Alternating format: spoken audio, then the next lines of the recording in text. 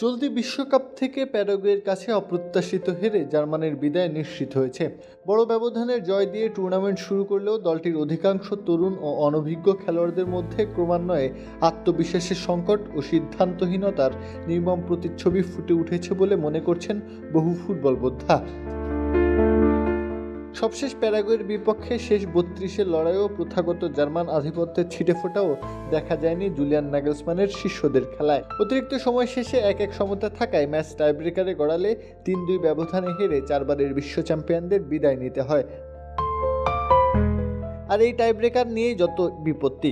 Penalty শুটআউটের শেষ দিকে ষষ্ঠ পেনাল্টি নিতে অনীহা দেখান জার্মানির ৪ ফুটবলার। খেলোয়াড়দের ভঙ্গুর মনোভাবের চিত্র এটি। বিশ্বকাপের মতো জায়গায় এই সিদ্ধান্তহীনতার খেসারতি দিতে হয়েছে জার্মানদের।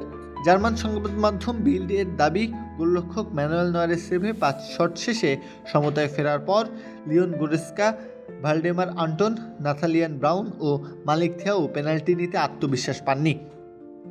অধিনায়ক জোশুয়া কিমিখ দুবার অনুরোধ করলেও ৭২ আন্তর্জাতিক ম্যাচের অভিজ্ঞ গোরেৎস্কা তা নাকচ করলে ক্যারিয়ারের প্রথমবারের মতো পেনাল্টি নিতে এগিয়ে আসেন ডিফেন্ডার জোনাথন টাহ। তার শট লক্ষ্যভ্রষ্ট হওয়ার মধ্যে দিয়ে বিশ্বকাপ মিশন থেমে যায় জার্মানির। অথচ জার্মানি বিশ্বকাপ শুরু করেছিল কুরাসাওকে তাদের ট্রেডমার্ক ৭-১ ব্যবধানে উড়িয়ে দিয়ে।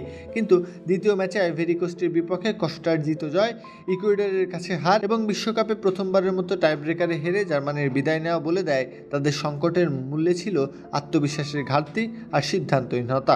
বিশ্ব চ্যাম্পিয়নদের জন্য সেটি হয়ে উঠেছে বুমেরাং। প্রত্যহ কাব্য, খেলা ৭১।